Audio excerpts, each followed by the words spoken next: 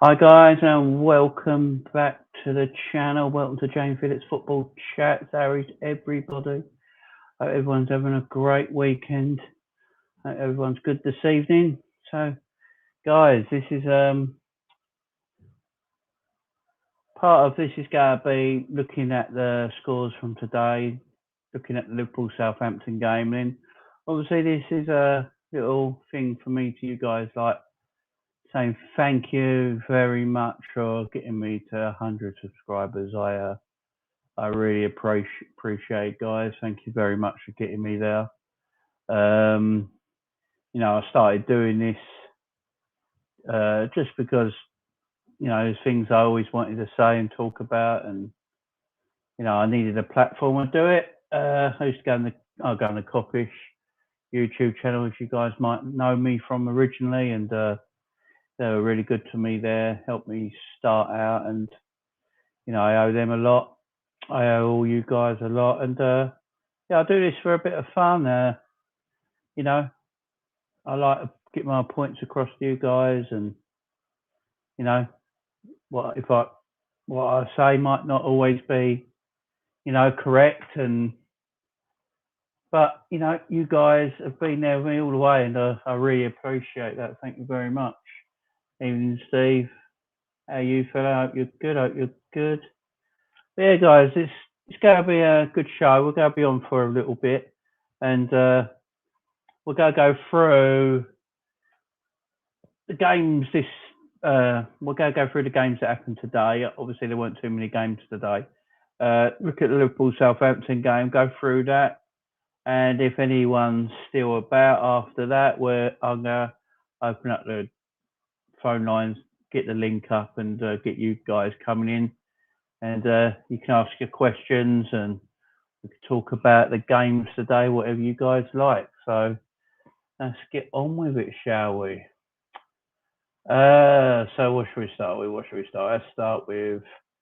Let's start with everyone's favourite team, Arsenal, Newcastle, and our Arsenal back. That's all you go here from now till eternity. When Arsenal beat a team that can't win a game of football, Arsenal are back. Now, I actually managed to watch a 12:30 game today, so I watched this, and you know. Newcastle surprised me a little bit, especially under Eddie Howe. They set up. Um, they set up ultra defensively and let Arsenal have a lot of possession. I think at one time Arsenal had 88% possession, which is just ridiculous. So it's Arsenal at the end of the day. And you're letting them have 88% possession, and it was a weird one. And the way Newcastle set up, it was just you sit back that deep. Arsenal got some quality about them going forward. They're eventually going to hurt you, and that's what happened in the second half. But it was a confusing game from Newcastle's point of view. Newcastle have not won a game this season. They're banging trouble. I don't know if there's arrogance about Newcastle thinking, oh, we're just going to buy players in January and get ourselves out of it. That might not work. There's no guarantee that's going to work or happen, to be fair. I mean, who is going to go? This is the problem Newcastle are going to have. When it comes to January, obviously Newcastle are going to spend a bit of cash in January, get some players in. What players are they going to buy? They got to buy players that are used to, a good relegation battle, that will work hard and pull their sleeves up and give it all to the team. There's no time for them to buy showboaters or things like that. Or they need good old-fashioned professionals in that team to get them out of this mess they're in. And I think they're going to find it proper hard in January. I really do. I just don't see who they're going to get. I really don't. It's going to be a big struggle for Newcastle. Personally, in a weird way, I'd like to see them get relegated because it's going to take them even longer, to try and dominate the Premier League with the money they get out of. But it's going to be a struggle for Newcastle, and all that good will factor at Newcastle is slowly disappearing. It's like they never got taken over. It's like they're not the richest sports team in the world. It doesn't seem like any of that's actually happened. They're in dire straits. Was Eddie Howe the right person to come in at this time for Newcastle? He got relegated with Bournemouth. I think he had one proper good season at Bournemouth in the Premier League, but they was always down the bottom, struggling. It was always a struggle for Bournemouth. So was he the right guy? Was he? I am so confused by the whole Newcastle situation. I think everyone is.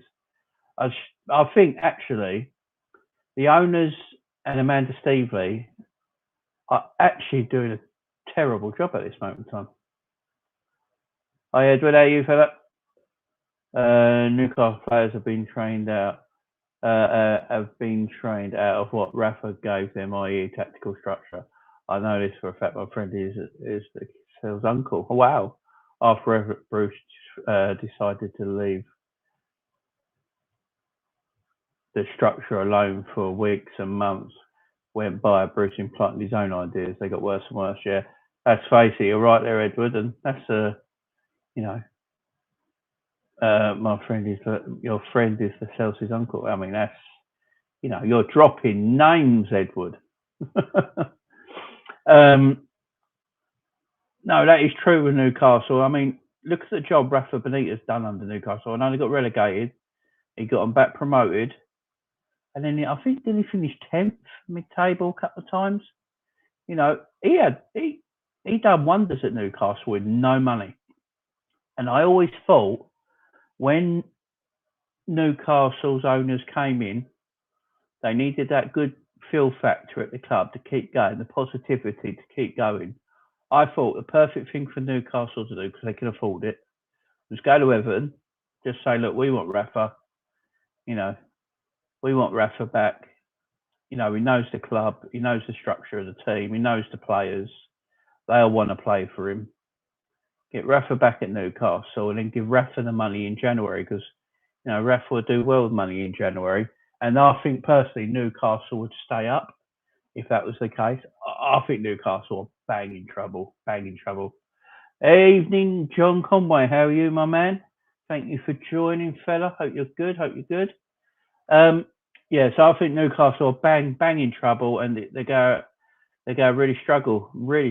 And so this is another game for Arsenal that all the Arsenal fans will probably be online now and tomorrow for the weeks to come. Arsenal are back. The Liverpool game was what it was, and we're joint fourth now, and there's something happening at Arsenal. The usual guff. At the end of the day, they played an awful team in Newcastle. Them and Norwich are the two worst teams in this league by a mile. And it's hard. I mean, it took Arsenal 55 minutes to break them down. Newcastle had a couple of chances of their own. What was strange about the game? Eddie Howe's known for his, he's known for his attacking philosophies, wanting to play the game at the right way, and it sometimes cost him at Bournemouth because he'd play that way against the big teams. He'd go toe to toe and give it a go, and he used to come a cropper, and sometimes he'd get the win. It's a strange one way he stepped back today. When you're playing defensively with, you got St. Max in that team. You can't play defensively with St. Max. I mean, St. Max's positioning today was basically left wing back. He can't play in that. He needs to be right up the field around the goal. It's crazy. I didn't understand it at all. And at the end of the day, Arsenal made these, in that second half, they made quite easy work of it. First half, it was a bit, Arsenal had a lot of possession, but didn't really do a lot. I think there was one great effort by Shelby that Ramsdale made the most of, by the way. I've never seen a goalkeeper in Aaron Ramsdale make easy saves look spectacular. Does anyone else? Ramsdale makes easy saves look completely spectacular. I don't know if everyone's seen that thing on Twitter at the moment where it's like a thing in FIFA where the ball goes right up in the air and the keeper goes right up in the air and then lands down. It's hilarious, and they're saying this is Ramsdale. He makes easy saves so spectacular. It drives it. I watch him sometimes, and the game against Liverpool, they're going mad about Ramsdale. I think there was one thing where he stood tall against Mane. That was good goalkeeping. But most of the saves are straight at him, he should be making him saves. Any decent goalkeeper would. But yeah, like the save for Shelby today was, I expect every goalkeeper to make that save. I really do. And it wasn't even in the corner, it's in the middle. But he does make every simple save look spectacular, and a bit of hype over Ramsdale, and I don't get it, really don't. Yeah, Arsenal. Same old Arsenal. For me, there's no difference. Edward, but they do have good players when you think about it. Their goalkeeper, Lascelles, Sharp, St. Max, Wilson, Almiron, Fraser, Ritchie. Our Premier League, defo. A bad manager screwed them. Yeah, exactly. That's what I'm saying. That's why I don't understand how Eddie Howe went into this game today, played so defensive against Arsenal. It's Arsenal. You're not playing Man City, Liverpool, Chelsea. You've got to win a game. Newcastle have got to start winning games. And a win against Arsenal today, this ain't a great Arsenal team. And as you say, if he got, they attacked for and got, Fraser and Ritchie and St. Max around Wilson around the box, they would have caused Arsenal loads of problems today. They caused Arsenal 2 problems today with 2 long balls that Callum Wilson was chasing. Yeah. And he almost got in twice, and that caused Arsenal problems. So you think if they can get St. Max and Wilson and Almiron around the box closer together, they would have caused them so many problems. It was a weird tactic. The 5-6 unbeaten game run after their signings in January would get them out of it. Same goes to their teams at the bottom. Look at Norwich, 7 points out of 9. Now aren't they totally adrift? Yeah. Reminds me of goalkeepers myself. Yeah, totally the spectacular for the easy. But yeah, if they can go on these unbeaten runs, start picking up points, they just need to win a game. But I worry for Newcastle. They can get cut adrift. Norwich, just changing the management up. Norwich have been under Farke for 3 seasons now. Really good in the Championship, but ain't got a clue in the Premiership. And Dean Smith's a good appointment, and I think he'll bring a bit of structure to Norwich, in which what they've been missing, and that I think that will help them through. Look at Villa with Stevie G. He's got 2 games, 2 wins, right back up there. It can happen. And in Newcastle, Eddie Howe comes in and plays exactly the same way Steve Bruce has been playing. That was Steve Bruce's today. This is what annoys me a little bit.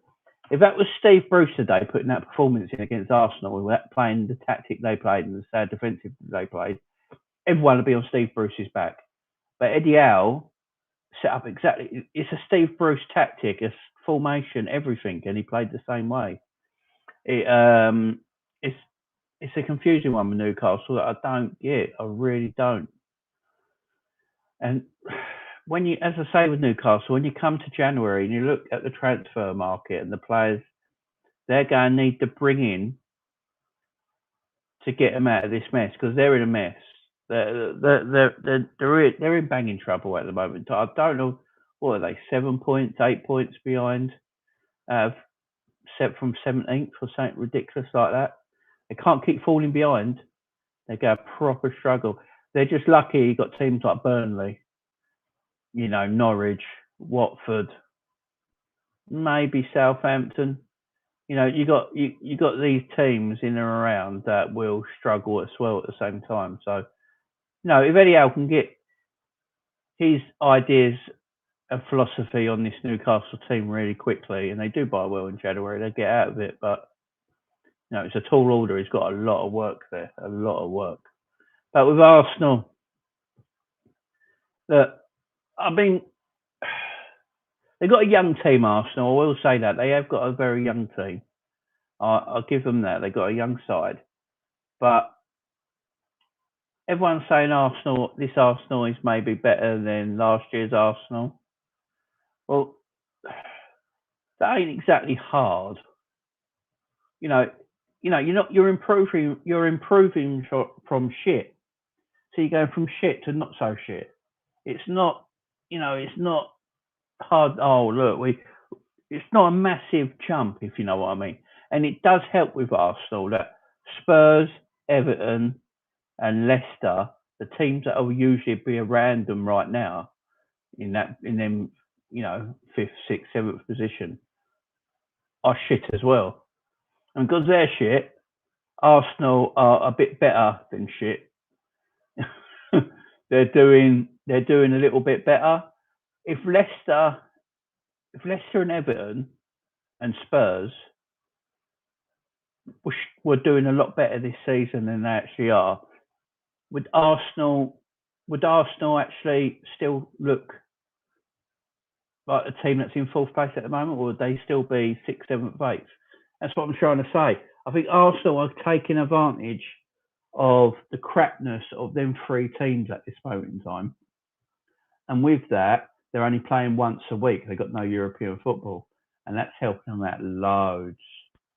Now we're in European football and playing once a week on a small squad. They're doing well. Will they get top four? No. I can see Arsenal slipping up in games. Look, at the end of the day, Brighton should have beat them, and Crystal Palace should have beat them. And then when they play anyone with any quality, like Man City, Liverpool, and Chelsea, they get smashed to pieces. So, yeah, it's early days of Arsenal. Are they back? No. Will they get fourth? No. But let's just have fun listening to some of the Arsenal fans on social media where they gas up their players like it's like today, Martinelli. Oh my God. Look, Martinelli's a decent young footballer, but Jesus, they go on like he's the next coming of R9. It's like they go like, I told you, Martinelli, look how good Martinelli is. Yeah, it was a great goal today. That ball over his shoulder on the volley, smashing goal. I'm not taking it away from him, but calm down a little bit. You know what I mean? It's not it's they just gas. I've never seen a team gas their team or their players up more than Arsenal do. They super gas their team up, and I've never. People always talk about Liverpool, always talk up their team and talk about history and blah blah blah blah blah, but not to Arsenal's extent. Not to Arsenal's extent. And yeah, but a 2-0 win for Newcastle. Goals from which goal? I can't remember the bloody goals. Saka, weren't it? And who got the second goal, guys? The game was that crap. I can't remember who got the second goal, but I know Saka. Saka's goal was fantastic. I'll give him that. The play between all of them, Tavares and Lokonga and Saka, that was a nice little passing, nice little movement. Saka's movement to get the ball was fantastic inside the box, and a lovely finish. A shame he had to go off actually with a pulled groin after it, which is a shame. Yeah, it's a shame for Saka. He's a decent young player, but going off that, it looks like he pulled his groin. He was holding his groin, and that could be a miss for Arsenal if Saka's out for a few weeks, because he's an exceptional young guy, exceptional young talent. I think that was his first goal this season, though. He ain't scored for a while, and but he's a very, very good player. But yeah, so Arsenal 2, Newcastle 0, and Tottenham, Arsenal up to the heights of fourth, and I think Newcastle 19th, 20th. I think they actually might be bottom. I mean, it's terrible what's going on there. Right, guys. So there's not a lot of games really to talk about today. Um, let's talk about Stevie G for a second. So Aston Villa, picking up another 3 points today. I think it was a 2-0 win, 2 or 3-0. It was a 2-0 win. And against Crystal Palace, obviously, it's Stevie G against Patrick Vieira. Two gladiator midfielders of the past, their managers going at it with their new clubs, and Stevie gets the win, and 2 wins out of 2, starting his Villa career on a high. But the man, he just holds so much respect, don't he? You can already tell these Villa players just so respect him, completely and utterly respect Stevie as their manager, and will do and play for him and do what he asks. You can see that already. You can see he's trying to get his philosophy onto the team, what he wants the team to do. Villa look like they're listening to him already, and same with Patrick Vieira at Palace. Palace have been playing a certain way for a few years under Roy Hodgson. And now Patrick Vieira's trying to turn them round and turn them into a more possession-based side. Not afraid to pass the balls in dangerous areas. Taking chances when you can take chances. Don't be afraid to take a chance. Yeah, he's doing. They're doing well. They're doing really well. Hope he keeps it out Wednesday. Well, who have we got Wednesday? Who have we got Wednesday? I can't remember. But yeah, Stevie's doing a great job. So is Patrick Vieira at Crystal Palace. It's nice to see 2 new younger managers coming into the Premier League and implanting their philosophies and ideas on new teams. Hull City, yes, and may it continue, and that Villa team's a good size. They lost their best player in Jack Grealish, but I thought they bought quite well. They got some good attackers. Some of the attackers and players they got. I like John McGinn. I like Matty Cash at fullback.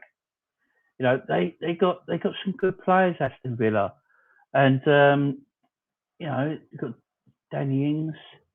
Danny Ings is a tremendous striker in his day. I think he's injured at the moment, or is he back? Not too sure. They've got is it the Jamaican fella? Is it Leon Bailey? He's a good player. He looks decent. I remember I've seen him at Leverkusen a few times. Good little player. Bundia from Norwich, another techie, good player. He's got some players there. I like John McGinn, as I say. I think John McGinn's good. Sammy, Villa City Wednesday. Yes, Sammy. Thanks for coming in, Sammy. I hope you're well, mate. That'd be a good game. The final game of the season for Aston Villa is Man City as well. Just going to put that out there. Villa City is their last games of the season. Just putting it out there. Here's my brother, Mr. Grant Phillips. You, my man. Hope you're well. Ain't seen you in a while, fella. I'll have to come and see you soon. Miss you, mate.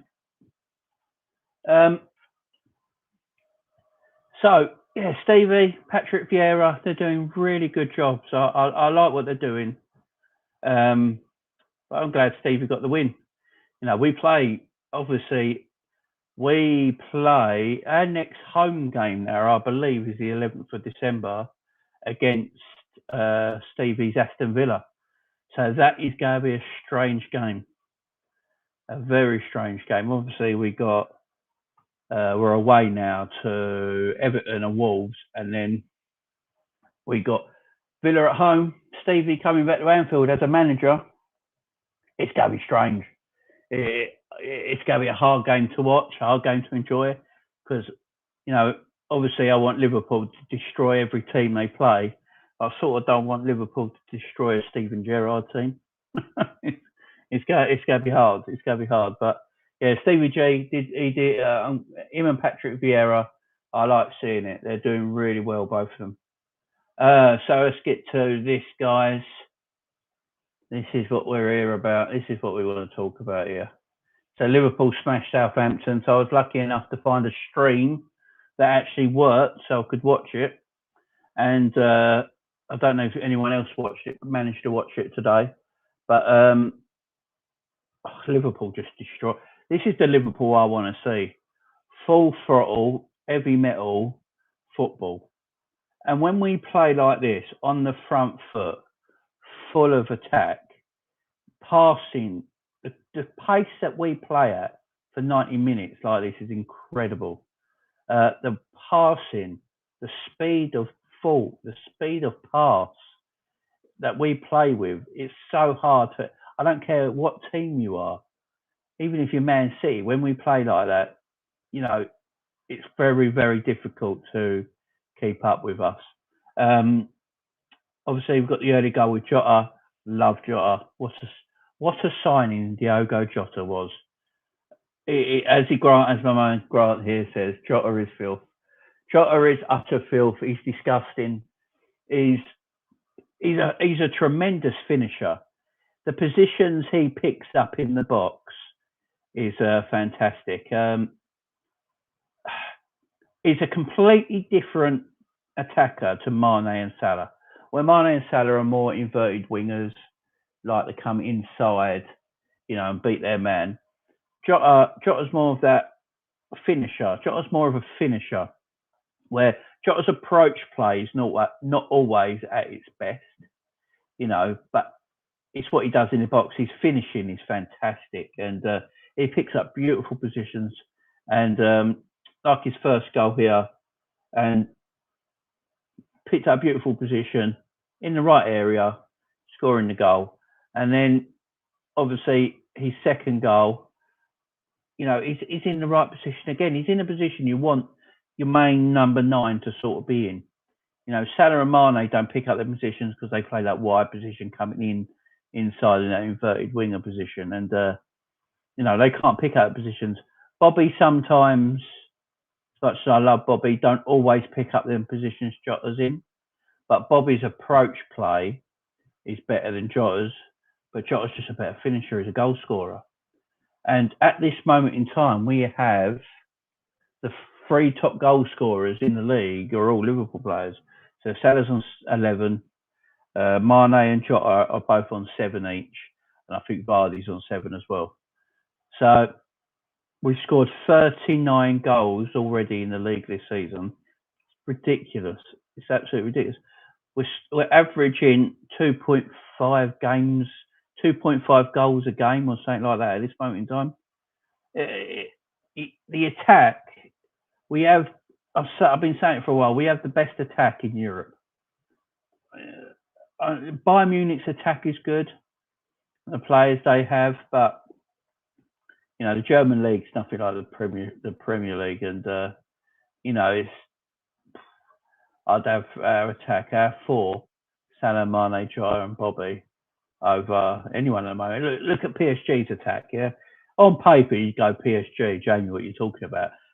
But you look at PSG's attack, Neymar, Messi, and Mbappe. Individually, 3 amazing talents, yeah? 3 amazing talents. But together they're shocking. They don't run. They wait and wait and wait. You're basically playing with 7 men when you play with them 3 up front. That's why I don't see PSG winning the Champions League. But our 3, not only do they work extremely hard for the team, they're amazing goal scorers, and I just can't get past them. Just can't. They're tremendous. And there's another player I'd like to talk about, Robbo. There's been a lot of talk lately, that Tsimikas has come in, and Tsimikas has done extremely well when he's played. Let's not take anything away from him. He has been fantastic when he's played, Tsimikas. I mean, he's played 8 games, he's won 8 games, and he's conceded no goals when he started. That's from a starting position. So he's been fantastic. you might say he's unlucky to lose his place to Robbo again. But as I've been saying on this channel for a few weeks now, with Robbo, he plays constant football all the time. Last season, he played every minute. Every minute. For Scotland, he plays every minute. He's been playing non-stop for 3 years. And he was just shattered and mentally exhausted. And he just needed a break. And he's had a couple of weeks out. He's had a couple of weeks out now, and and you can tell he's fresher. I mean, he comes in today. A lot of people were upset that he came in, as I say, because, they thought it might have been a little unfair because, Tsimikas is the player in form. You should keep with the player in form. Sometimes I agree with that. If the player's in form, he deserves to play. You should fight your way to get back into that team. And but like Klopp said in his press conference, Tsimikas is a fantastic left back, but Robbo's Robbo. And when you see Robbo's performance today, his performance was fantastic. The man's got energy for days. I don't know what, Iron Brew must be the greatest energy drink in the world. That's all I'm saying. It must be the greatest energy drink in the world because that man never stops. He's up and down that left wing. He goes from left back to left wing to left back to the left. He don't stop on that left-hand side. Well, 10 seconds ago, he's defending in his 6-yard box. 10 seconds later, he's by the opposition corner flag. The man don't stop. He carries on. And today you saw his delivery of the ball was far better than it has been for weeks. Far better. And, his first assist, his goal for it's just, that nice 1-2 he played with Mane. And, absolutely fantastic. That little drag back the Jota for the first goal. Great player. Hi, Christopher. How are you? Hope you're well, fella. Hope you're well. Grant, Canate, question mark. I will get to Canate in a minute because I've got an opinion about Canate. But yeah, Robbo back in it. It was awesome today. Absolutely. The energy on that left-hand side and the link up him and Mane have got. Mane never looks up. He knows Robbo's going to be there the whole match. He never has to break. So, because they play so much together, Mane don't have to break his stride to look up or anything like that. He always knows Robbo's going to overlap him all the time. So he's always available. And they have great chemistry together on that side, like Trent and Salah does on the right-hand side. Amazing chemistry. And, you can't knock our fullbacks. And then, Trent gets the assist. No, it wasn't Trent, was it? It was Salah gets the assist for Jota's second goal. Lovely bit of football between him and Hendo. Hendo slots around the edge of the box, and Hendo slots Salah back through. Salah has a touch, then plays a lovely ball across the goal, and Jota gets a nice easy tap in. And that's where you should be. Number 9s should get tap-ins. That's where most of their goals should be coming from. That's what number 9 should be doing. And he was fantastic today again. The whole front three was. I know Salah didn't score today, but still, what he does for the team, he gets an assist. He don't stop the whole match. He never hides. He don't get the ump if he don't score. He's still creating. The man's just they're all fantastic at this moment in time. Glad to see Virgil van Dijk scored. Yeah, Virgil, he's getting back to his best now. Virgil, he's starting to look good again. I'm really happy with Virgil at the moment. But yeah, and then it's 3-0, and the goals keep coming, the attacks keep coming, and it's non-stop from Liverpool at the moment. The way they attack. This is how I like to see Liverpool play. Full throttle football. Yes, we're always going to give up chances defensively because the way we play high risk, high reward football. It's the way Klopp sets us out. We don't play a back five and then 2 defensive midfielders like Chelsea, and then the rest of the team does the attacking. And they keep a nice structure behind the attack. Yeah, that's a tremendous way of play as well. I'm not having a knock. We don't play like that. We play whoever's playing centre back today, it was Konate and Van Dijk. They stay back. Robbo and Trent are basically right and left side midfielders, and then wingers come inside and make a flat three, and then you've got three in the middle, and that's how we play. And you know, sometimes we'll go get a little bit exposed, and chances get happen. But then that's why you've got a tremendous goalkeeper in Alisson. I say it week in and week out, and I don't know how long I've got to keep saying this for. I think people are starting to notice now. Alisson's positioning in goal is as good as anyone I've ever seen in goal. You know, your Oliver Kahns, your Neuers, you know, these sort of players going back, their positionings in goal were amazing. The position they took up in their goal line, so they never always had to make spectacular eye-catching saves. They'd make easy saves, comfortable saves, and everyone would be like, "Oh, that's an easy save. That was comfortable." It's not. They've just made it look like that because the positioning is so good. And Ali's positioning in goal. I mean, how many times can we all remember Alisson doing for the camera save, an eye catching for the camera save where, he's had to, completely stretch for a ball that's going in the corner. He doesn't, because his footwork is so good and his positioning is so good. He's already there.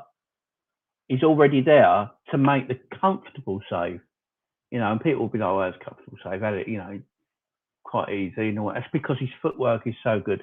People have got to start respecting goalkeepers when they make the hard look ridiculously easy. And there's not many keepers that do that. And like I've been saying with Ramsdale at Arsenal, he makes easy saves look spectacular.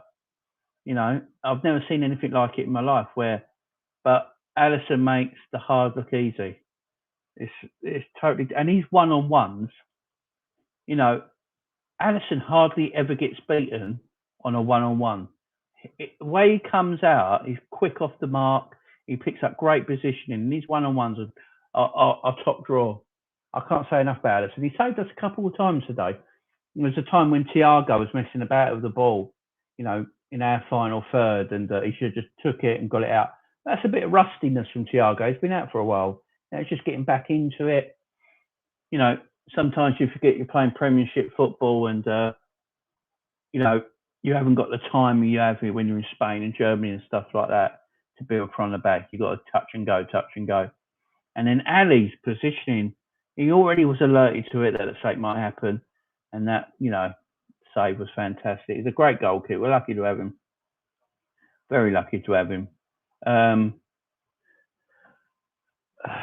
Christopher says Alisson showing why he's the best goalkeeper around. He is for me. I mean, Mendy at Chelsea, I'll give him his dues. Mendy at Chelsea has been fantastic.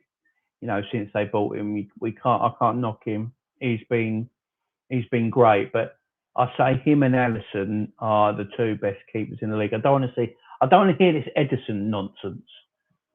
Ederson is awesome with his feet. We all know that. He's as good as any midfielder with his feet passing the ball. But his positioning in goal, and he always gets beaten one-on-one. His positioning on his goal line is sometimes questionable. I don't want to hear this Ederson talk. Really don't. Reece, I go Liverpool and Southampton were crazy in the first year. It was nuts. They showed the reality of football. I mean, look, Southampton. I'll put it on Twitter Liverpool smashed Southampton, made easy work, and when we play like that, we look unstoppable, and it's hard. When we played like we did today, we look like the best team in the country by a mile. I know Chelsea are top of the league, and this might sound daft, but Chelsea can't play like we play. And the way we play today, it was special. Special. John, my man, how are you, fella? Hey, Jamie, mate, hope you're all good. I'm good, John. I'm good. How are you, fella?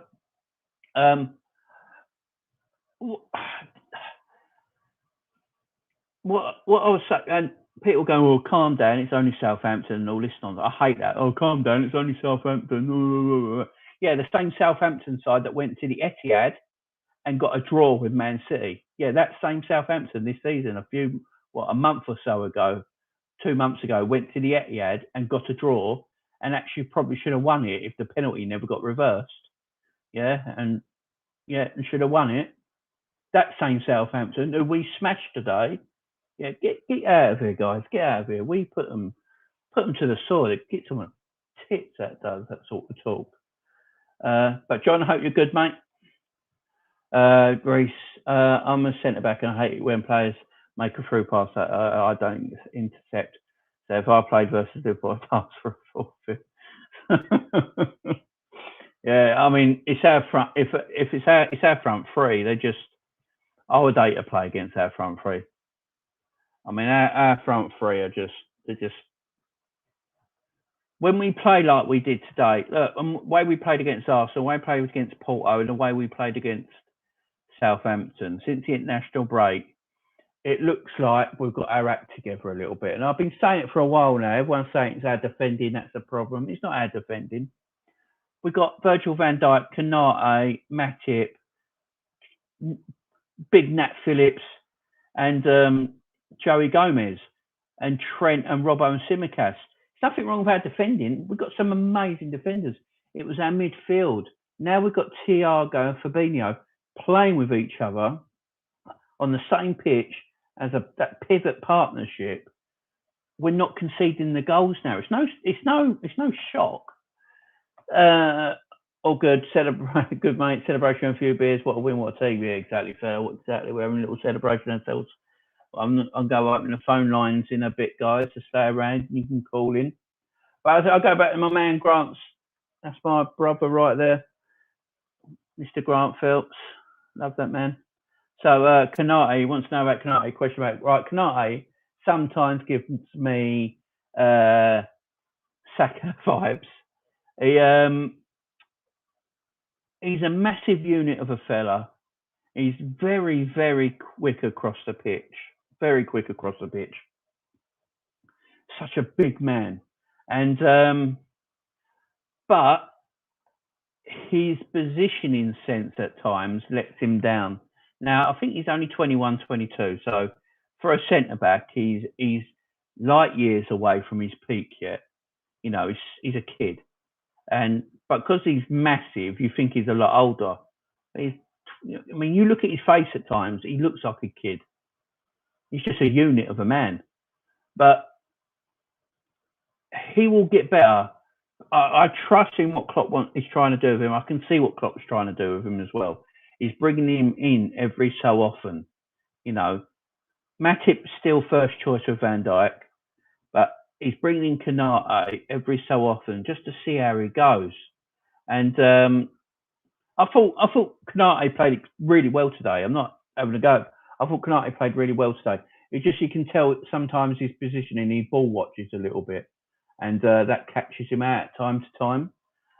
But apart from that, I thought he was exceptional. But he's 22 years old, I think. He's miles away from being his peak yet. You know, you don't peak till you're about 28, 30 as a centre back. And when he gets there, he's gonna be fantastic. You know, he'll learn. He'll get better and better and better as the years go on. Especially being at Liverpool and the way we play, he's gonna get better. I thought Konate played well, so he was always going to get better. Yeah, exactly. He played well. It's just that sometimes his positioning lets him down a little bit. But as I say, he's a kid, 22. You know, he's going to get better. You know, in 2 years' time, we might be looking at Konate thinking we've got one of the best centre backs around. We only got him 36 million. You know, he's got everything to be a top draw centre back: size, power, height, pace. He's got everything in today's game to be an exceptional centre back. So I'm glad we got him. Konate will improve alongside VVD. Yeah, he will. And that's why I think Klopp's not made him the permanent partner for Virgil yet. He's only young. You know, him and Matip are first and second choice. And then, you know, Konate coming in on the odd game here and there this season, you know, improving his game, learning his craft. And he'll get better. He'll get better. And I've got no problem with Konate. I'm glad we got him. I'm really glad we got him. So let's talk about our captain, Mr. Jordan Henderson. I thought was fantastic today. Now this midfield of Hendo, Fabinho, and Thiago is a midfielder a lot of us Liverpool fans have been wanting to see play for a long time now. Obviously, the first time they ever played together was last season when we played Everton last October, over a year ago when we played Everton. We all know what happened. Van Dijk got injured, Thiago got injured, and our season completely crumbled from there. But this midfield three, I like it. I've got to say, I do like it. And look, Henderson, we all question Hendo's ability when he first joined Liverpool, but you can't question it no more. He's a fantastic midfielder. He's a fantastic leader. He's a leader of men. He's the best captain in the league by a complete mile. He should be England captain. He's a tremendous footballer. He's not eye-catching, no, but he's good at what he does. And but this season, I've been thinking that he might be starting to look over his shoulder. And if he wasn't captain, would he actually be in the team? Because I think some performances he's not been great, and because he's captain, he still plays. And Ox obviously came in for the last few weeks, and like John says here, disappointing Ox didn't start the day with how well he played in the Champions League. Yeah. And like Grant says here, last 3 seasons, Hendo has become a great player. Exactly. He's risen to his game. Don't forget, Hendo followed Stevie G as captain of Liverpool Football Club, and he's a central midfielder. You can't have more pressure put on you than that. And he's getting rid of them shackles. And in some ways, he's a better captain than Stevie was. Not a player, nowhere near. Stevie was generational, one of a kind. No one can touch him. But as a captain, as an actual captain and leader, there's some things in Hendo that I prefer. Stevie captained through his ability and his aura. And, he told everyone to follow him and I'll win us games. Where Hendo hasn't got that aura and that technical ability, but he's got that great leadership skill. And that's where I like Hendo. I've got to say that's I appreciate the player, and I'm glad he's our captain. And but today he put in a heck of a performance. I thought a heck of a performance. And Christopher here says, "Would you prefer Ox over Hendo?" Right. This is a tough one because I'm a massive. My man Grant, me and him, we're both massive fans of the Yorkshire. All right, he says here we go. Love Oxford sometimes, great build up, no end product and gives the ball away too much. Yeah. Could argue he's been our best ever captain, John.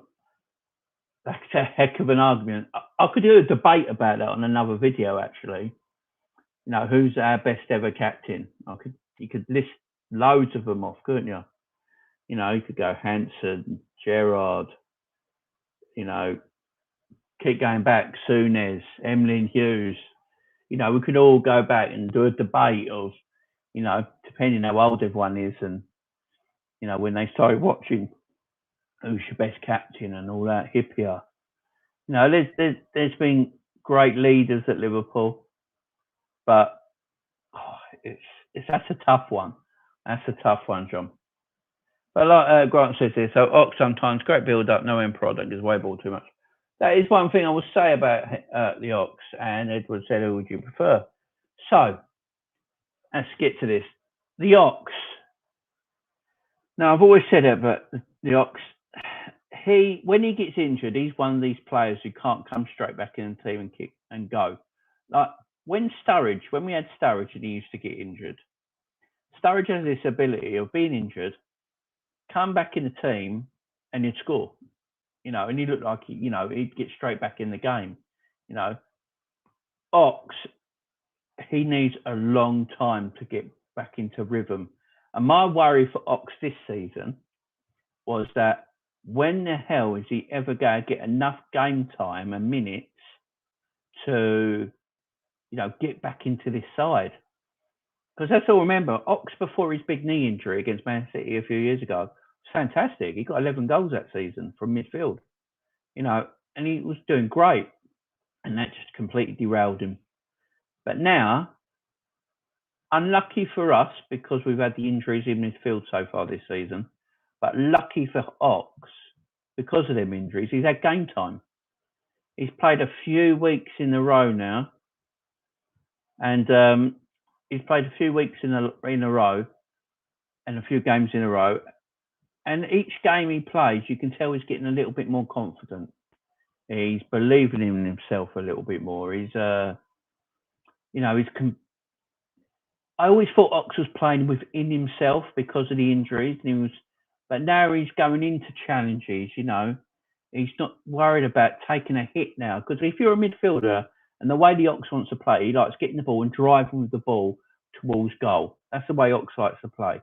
And if you go play that way, you're going to have to take challenges and tackles and bumps. And for me, he's been playing within himself. But the last few weeks, you can see that starting to come out of him more now. And he's starting to drive for the ball, get the ball. His end product's not quite there at the moment, like Grant says. He's giving it away a little bit, or he runs out of ideas and then plays it backwards or something like that. But I think Ox will get more into the game. I think Ox could be a bit of a secret weapon for us this season. If he stays fit, and gets game time quite a bit this season, I think he can be a good secret weapon for us. Now, who do I prefer, Hendo and Ox? I'd have to go Hendo just for the work Hendo's done the last 3 seasons. The last 3 years, Ox has obviously been injured, in and out, a bit part player. But this season, you could argue that Ox has been better than Hendo this season. So it is a tough one. But what I saw from Hendo today with that midfield of him, Thiago and Fabinho is one of the best midfield threes in the country. And it's hard to argue to say that three is our best midfield three. But then Naby Keita, before his injury, was probably our best midfielder this season. Before his hamstring injury the other week, he was probably our best midfielder this season. And there's an argument, midfield three of Thiago, Fabinho and Keita. I mean, that's a great midfield three as well. We've got good options there, good options. And if the Ox can stay fit, we get Keita back. I think Keita's due back in training this week. So he could be available for the Wolves game next weekend. Hendo, Thiago and Fabinho, probably, if they're fit, will always play, will always start because they're tremendous. They're world class. And then you've got a pick of Hendo, Ox, Keita, Milner, and when Curtis Jones is fit again, Curtis Jones. So we've got good options there, good options. We've just got to get them fit. But it's a hard one to pick. John, I'll make it easy. Best captain in the last 30 years, and that kills me. Thank you so much. Fair enough, John. It's hard to argue that, John, because as I say, Hendo's been a tremendous captain for us. Tremendous captain, and he's a tremendous leader. He's the best captain in the Premier League by a complete mile. He's the best leader. Look what happened when COVID started and the league stopped, and he got all the captains together and started all them charity work and helped the NHS out and did all this stuff with all the other captains. He got them all together, and he's done tremendous work. And it's hard to say, but with Stevie, it's hard to say anything against Stevie because he's like our goat, ain't he? It's difficult. It's difficult. Sammy, your internet's giving you a bit of hassle. Need to see Keita, Thiago and Fab midfield three. Yeah, I'd like to see that three. I know Matt from Coppish is desperate to see that three because Keita's his boy. So that would be that is a saucy midfield three as well. Keita's pressing off the ball is very, very good, and he's like Ox. He drives with it as well.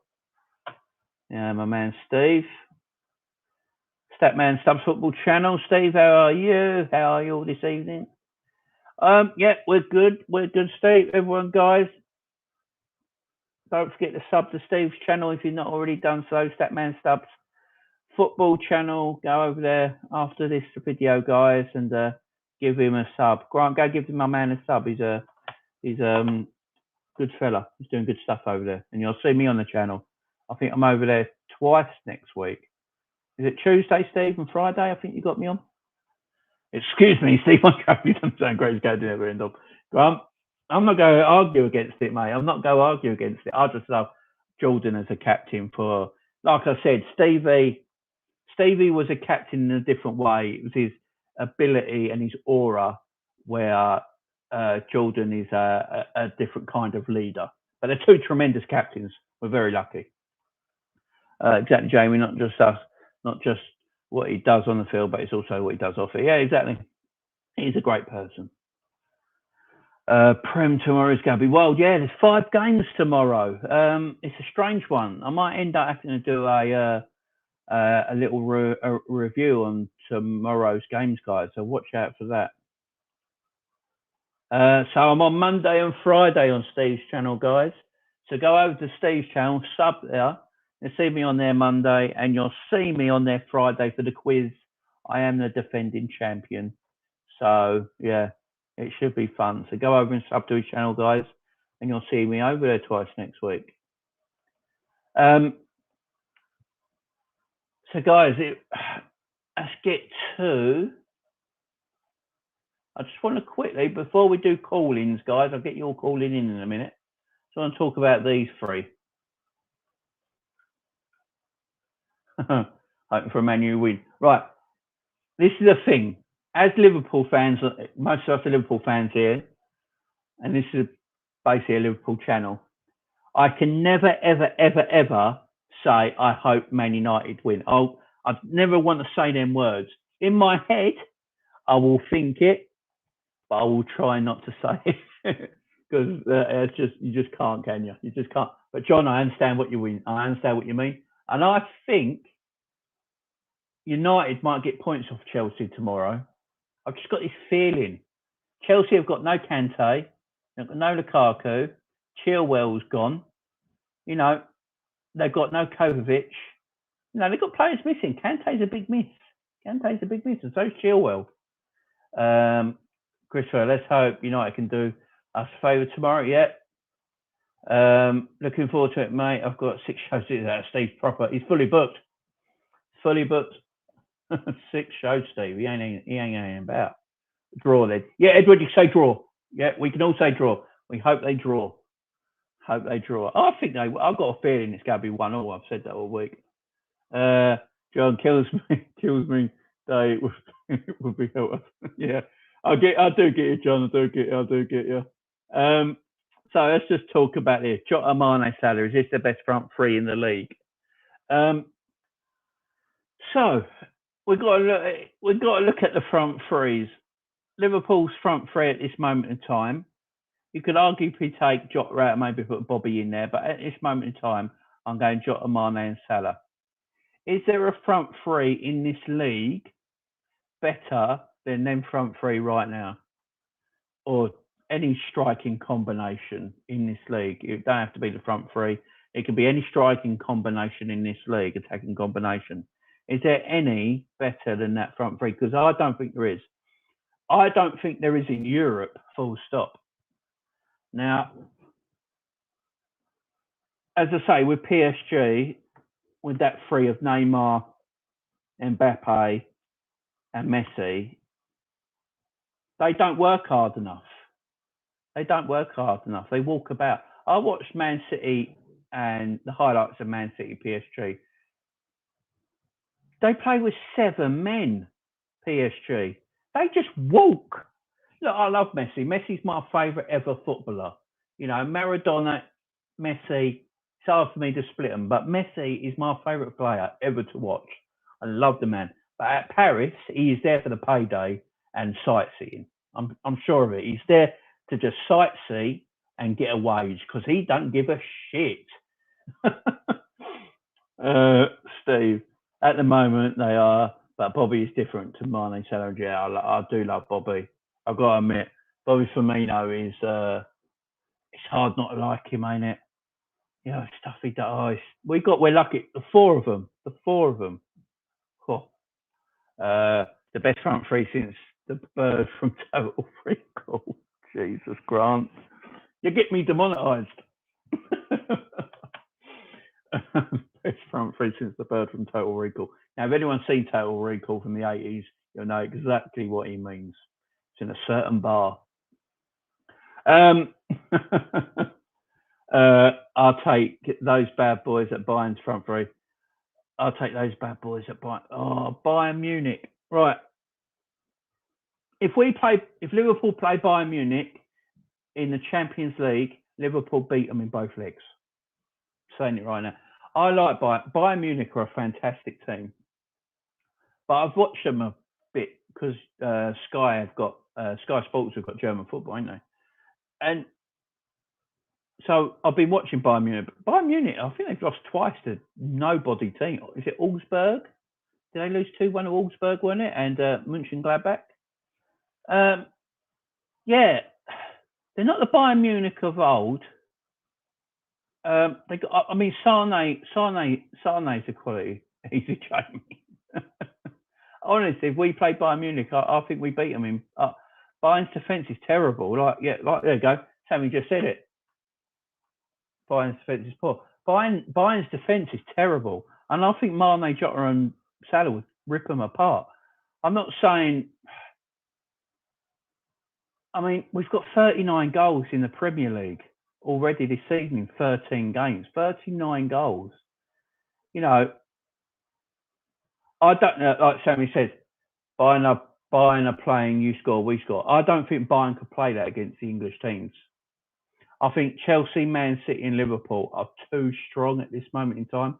I think one of them will win the Champions League. I think either Man City, Chelsea, or Liverpool will win the Champions League this season.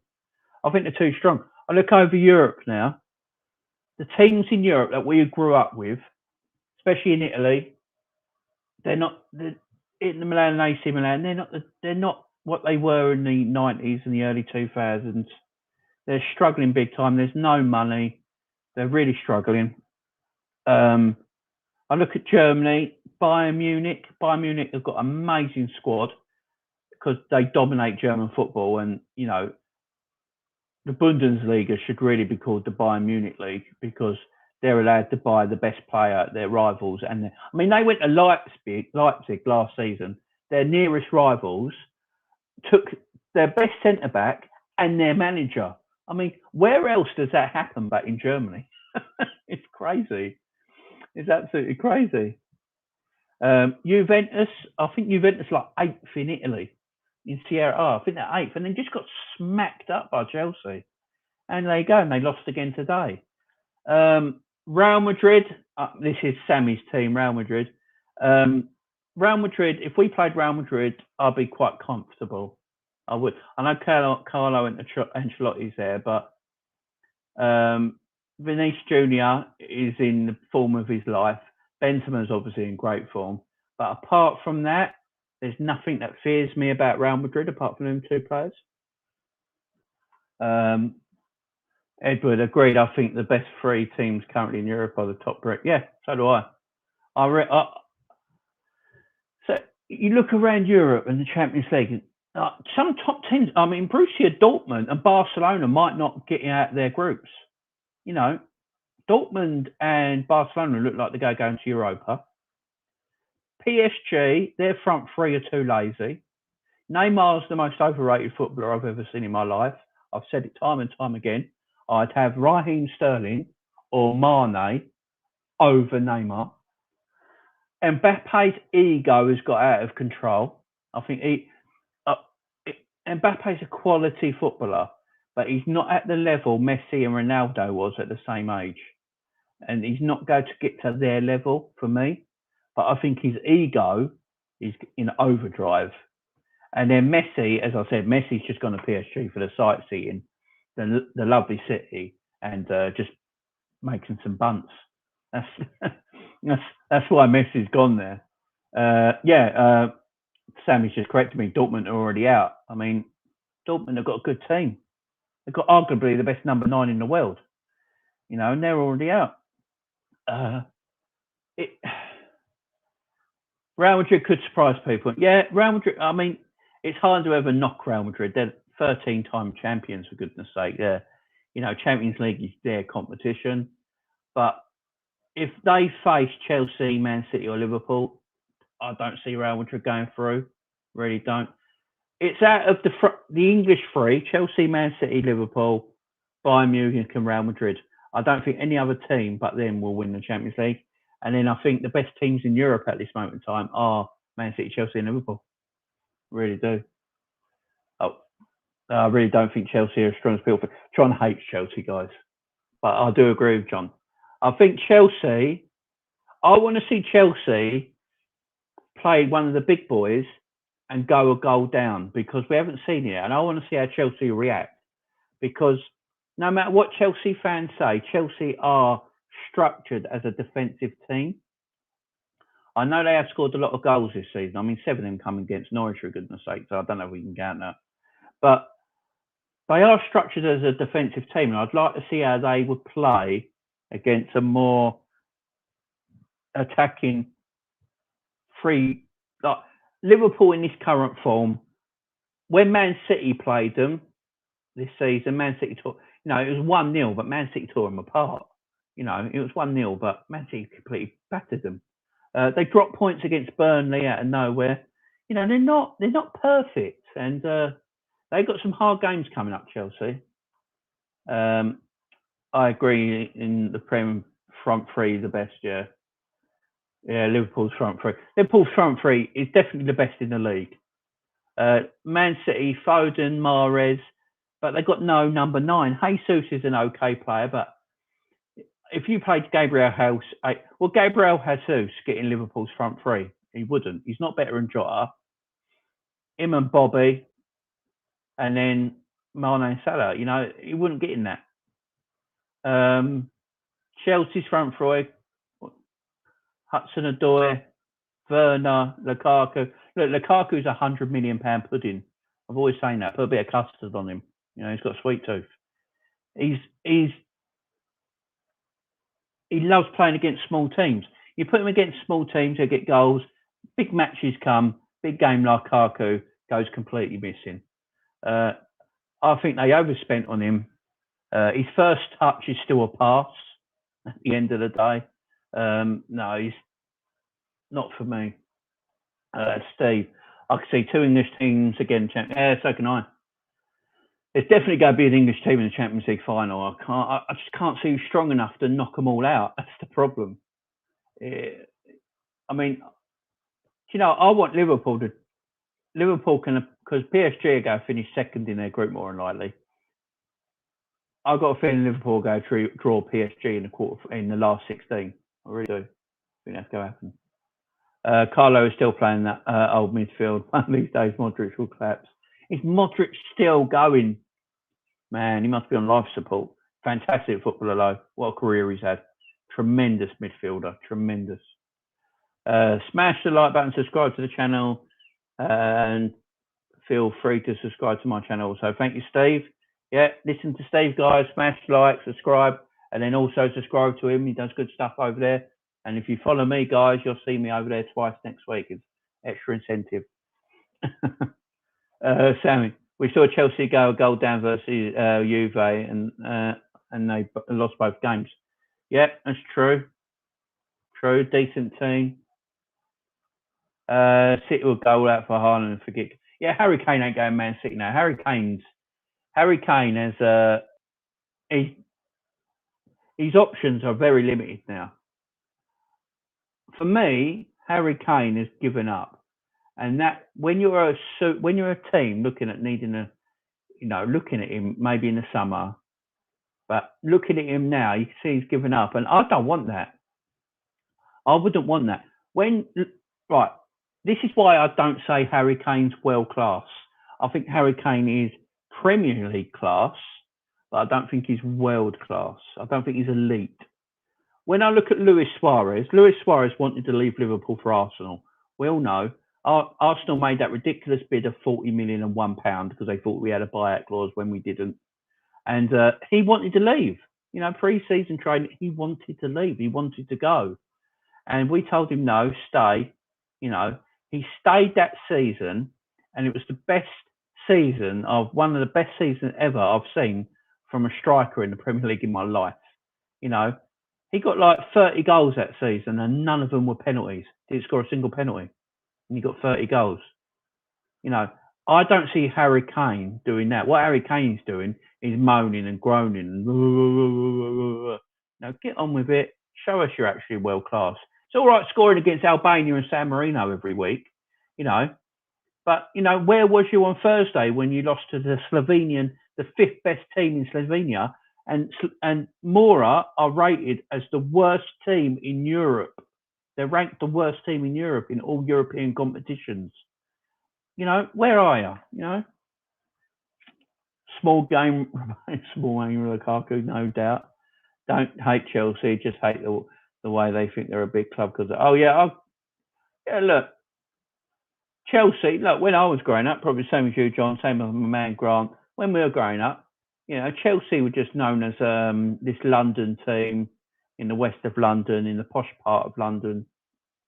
You know, they were more known for their hooligans than their bloody football. I remember in 1990 when we won the league, Chelsea got relegated. They're not, you know, their history is 20 years old, where our history is over 100 years old. No, that's the difference. Little game of cock.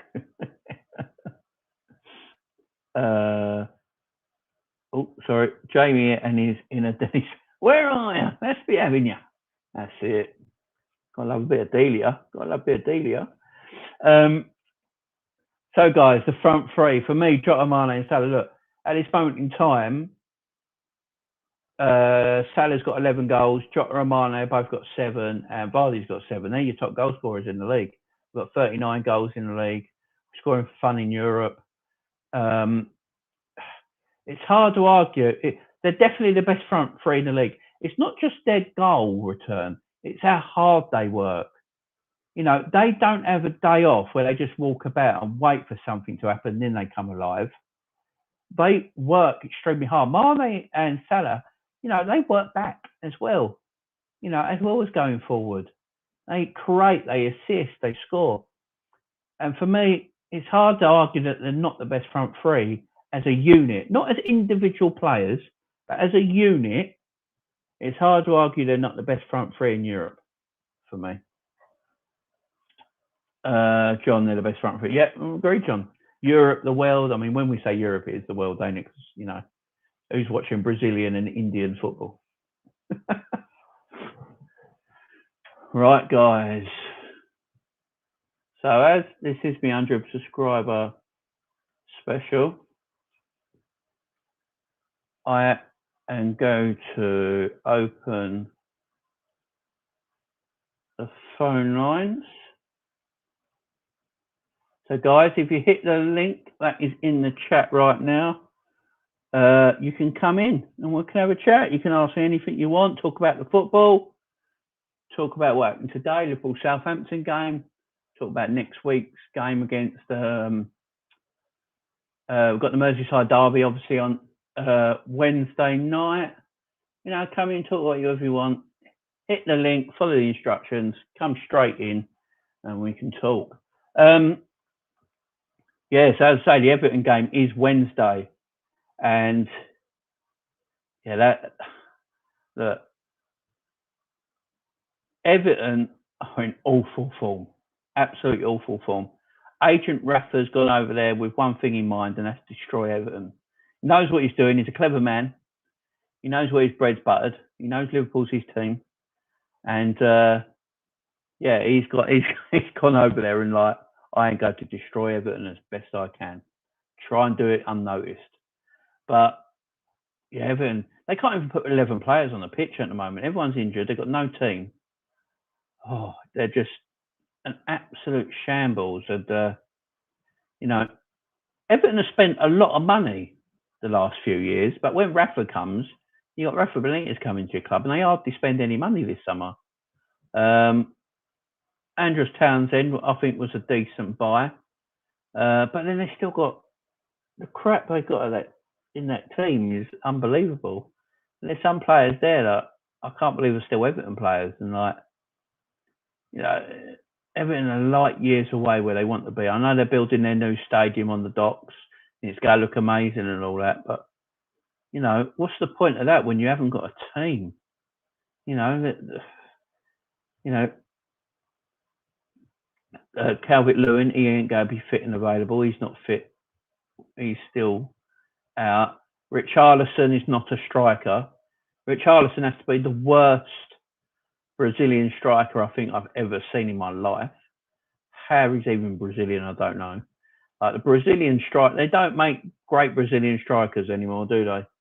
You know, I grew up with like Bebeto and Romario and R9 and you know, these amazing Brazilian strikers and you know, Rivaldo, Ronaldinho, and now you have Richarlison. Yeah, he's good. Yeah. He's got a cap. The man's a thug as well, an absolute thug. You know, all he does is doesn't get his own way, just two foots people. He's a nasty piece of shit. I can't stand the bloke. So yeah, hit the link, guys. Call in. We can talk. Can't wait for the Merseyside derby on Wednesday.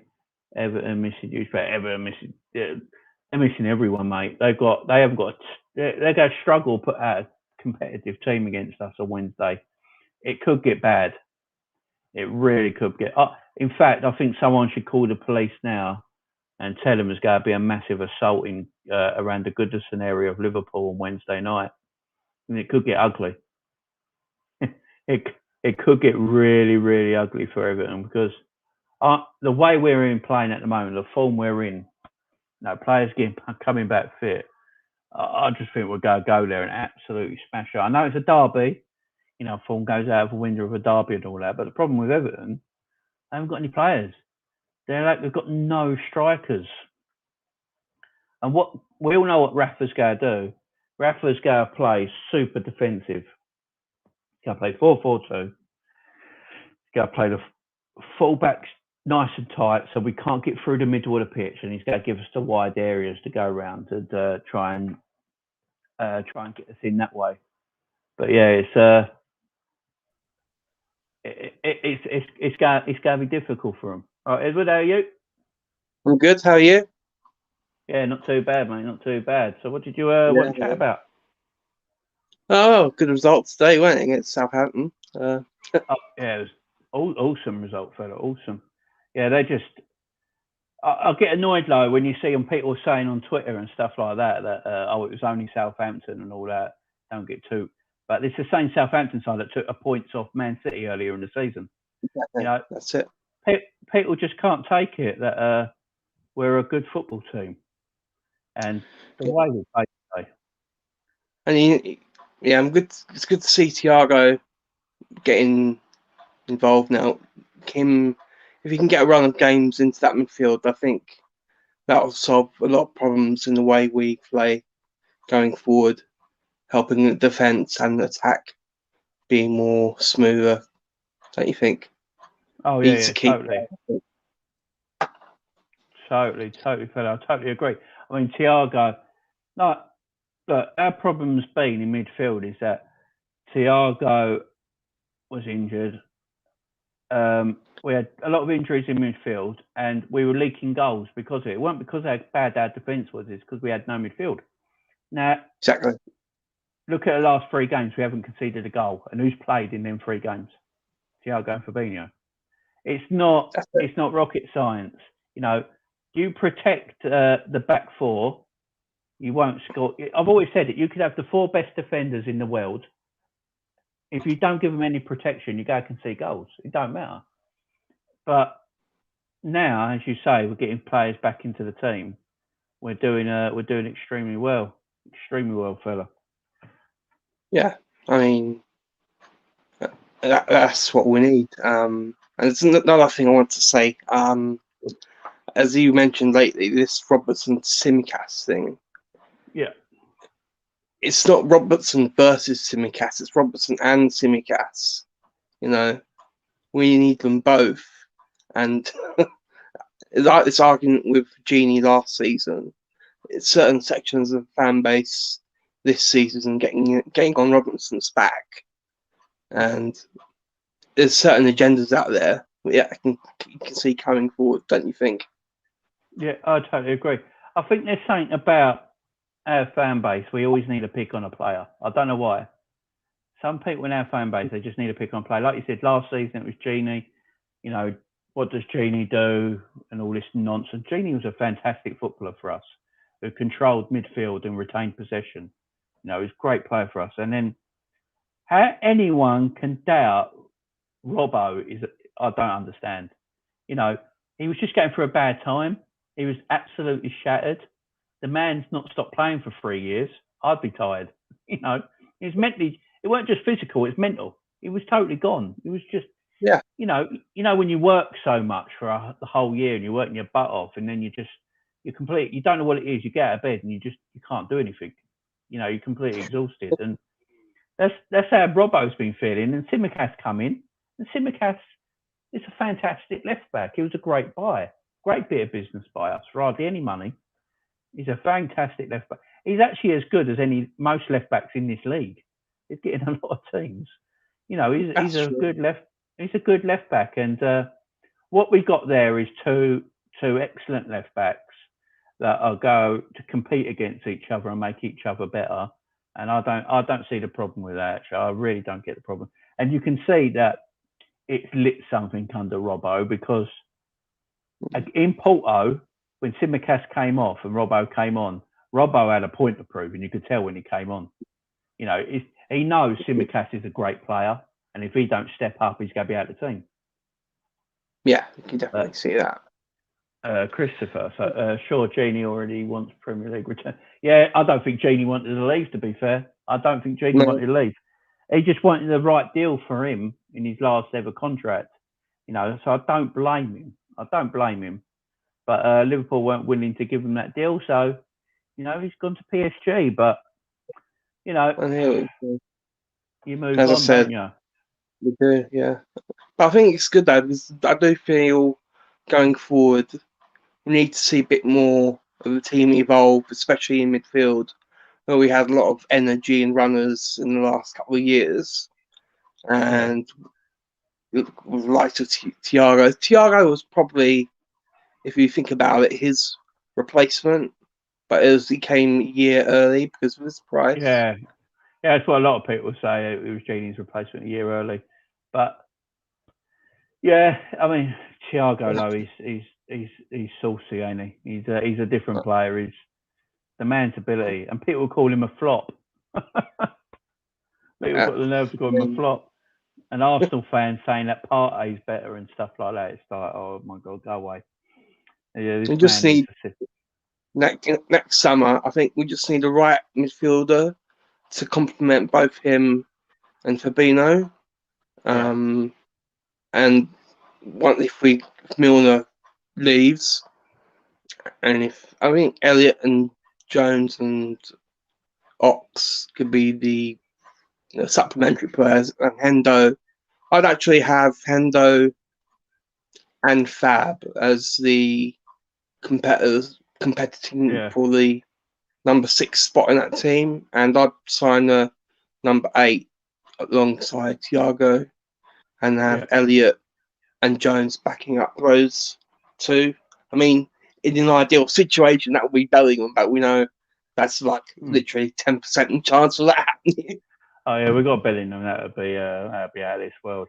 I understand what you mean. We need to, and it's starting to happen. I mean, we've scored a lot of goals from midfield areas so far this season. We've created a lot from midfield areas this season. So as you say, they are starting to involve, you know, this midfield, because our midfield under Klopp has been known as the workhorse part of the team. You know, they do all the dirty work, all the running, and all that, where they're not so creative. But this season, they've been a bit more creative. They're scoring goals. And as you say, we just need to, I think we need like a Gravenbach or someone like that to come in as that number 8. Yeah, that will be at all. I think that's what we missed. We just missed that 10 goals player, a midfielder that can score 10 goals a season. Yeah. You know, if we have that sort of play like Man City got with like a Foden maybe, but if we have that sort of midfielder, you know, I think with the team we already got, we could be unstoppable in certain games. I really tell it would be excellent. I agree. Yeah. But I agree with everything you say there, my man. Yeah, thank you. No worries, no worries. I'll let you go now. Yeah, Thanks for cheers. coming on, fella. Cheers, Yeah, Edward. thank you. Cheers. Thank you. So, Edward, thanks very much for calling in, fella. If anyone else wants to call in, just hit the link. I'll put the link back in. Guys. So if you want to call in, guys. As I say, I want to say why you're here, guys. I just want to say again, thank you very much for getting me to over 100 subscribers. My next target is trying to get to 125. That's where I want to get next, get to 125. But I couldn't do it without you guys, you know. You guys have made everything happen for me, and I appreciate every single one of you, you know. All of you in the comments, you all come to my videos. Every video I put up, you guys are always here. You're support and love, and I really, really do appreciate it, guys. And I am very thankful for that. So, yeah, this is me to you guys. I really appreciate all of you. Thank you very much for all your support, guys. John would love to re-sign Genie. Not going to happen, but yeah, I mean, I like Genie. Like, Genie Wijnaldum can be a more productive player than what he was at Liverpool with Klopp, because Klopp wanted Wijnaldum to do a certain role in midfield. He wanted him to be the protector, and yeah, he's a fantastic footballer. Hi, Sammy. Yeah. How are you, mate? I good. How you doing? Yeah, I'm good. What did you want to say, fella? I did just to talk about them games today now. Say that again, mate. Newcastle. I feel like just to talk about the games today. Oh yeah, go on in. Go for it, Sammy. Well, I watched Newcastle and the Liverpool game. Yeah, what did you think of the Newcastle game? I think the first half was even. But Arsenal was just too good for them in the second half. All right. So that's up. Yeah. But you can see Newcastle is now a good team. No, Newcastle, they're in a bad way, aren't they? They need to win games quick because they're in trouble. Do you think they're who do you think they are buying January, Sammy? Who do you think they're getting January, Newcastle? Newcastle, it could be tough. I see what quality players who wanna go Newcastle are a relegation scrap. This is the problem they got. Newcastle going down. Even Norwich picking up points, it's only Newcastle not really picking up any points often. Yeah. I know the guy drew last week. It's against Brentford, I think. Yeah. Yeah, you make a good point there. I think Norwich have got 4 points out of their last 6, and Newcastle have got 1. So it's they are in trouble. And like you say, who's going to go to Newcastle in a relegation scrap? That's their big one. They need to sort out, Sammy. So what did you think of the mighty Liverpool today, Sammy? Yeah, Liverpool dominate, destroyed. I thought it might be a tricky game because you never know with these. I just call them like hot sun games now. Them early, like 3 o'clock. You never know what could happen. You could always slip up. Yeah. But Liverpool didn't take no chances from minute 1. Yeah. Domination. Oh, yeah. Totally, Sammy. Totally. Yeah, I know what you mean. Southampton are a weird side, aren't they? Like they got points again. Yeah, you remember the last stream I was telling you? You didn't understand what I was saying when I asked if the manager will cry. You forget when he beat Liverpool, he cried the last time. Oh yeah. When he cried when they won. Hassan Hotel, yeah. I don't understand how people rate. I don't understand how people rate it so high. It's calling me next club and all kind of madness. No, I'll get you there. He's Yeah, I remember that him crying last season when they won 1-0. It was weird that he couldn't believe it and he started crying. It was like, oh my word, what are you doing? But yeah, as you say, they're a strange team, Southampton, because as you say, they drew against Man City this season. They sometimes get up to the big games, but today they got. Do you reckon? Liverpool finished up to. Always answer. I said Liverpool finished top 2 for sure. Yeah. Yeah. No. Yeah, I know what you mean, Sammy. Yeah. I mean. Tomorrow, you could really see United getting some tomorrow. You're looking forward to the United game should be fun. Yeah. But I do like it's a plenty games playing at the same time tomorrow. Like 4 games I will out. The West Ham game, Sky maybe pick, I ain't sure. Yeah, I think there's 4 2:00 games and then the 4:30 game, ain't there? It's a weird one, but I think it's because most of the teams playing tomorrow play Europa League and Conference League. Yeah. They have to play on Sunday. That's why you're getting 5 games tomorrow. But yeah, it should be a good. What I might look out for it, because I might do a little video tomorrow to just review them games. All right, so look out for that, Sammy. Yeah. All right, in the evening. Man. Yeah. All right, later. All right, fella. I'll talk to you later. Thanks for coming on, Sammy. Cheers, my man. Thanks, fella. Cheers, my man. Thanks, Sammy. What was it? John. Now, Jamie, you deserve to get to 200 and more brilliant videos and always a good laugh. Oh, thanks, John. I really appreciate it, man. You're one of the first ones, almost videos showing your support. So I really appreciate you, mate. Should be 500 with Catalonia. I mean, this cat should be getting everything, shouldn't he? I mean, he's a star. I'm going to do a video one day where I just put the cat on and I'm going to sit and hide behind the chair or something and do a voiceover. See how we do for a stream that way. Newcastle for me again, Dan. Yeah, Newcastle. Yeah, they could be in a bit of trouble. As I said at the beginning of the video, they are definitely in trouble. As I say, who on Newcastle go by? Who is available to go to Newcastle in January? Because I don't think they go shop abroad. I think they go buy players in this country. They need to buy Premier League worth players who have played down that end of the pitch. It's a tough one for Newcastle. I don't know who to go by. Please do, maybe a good club. Yeah, I might do.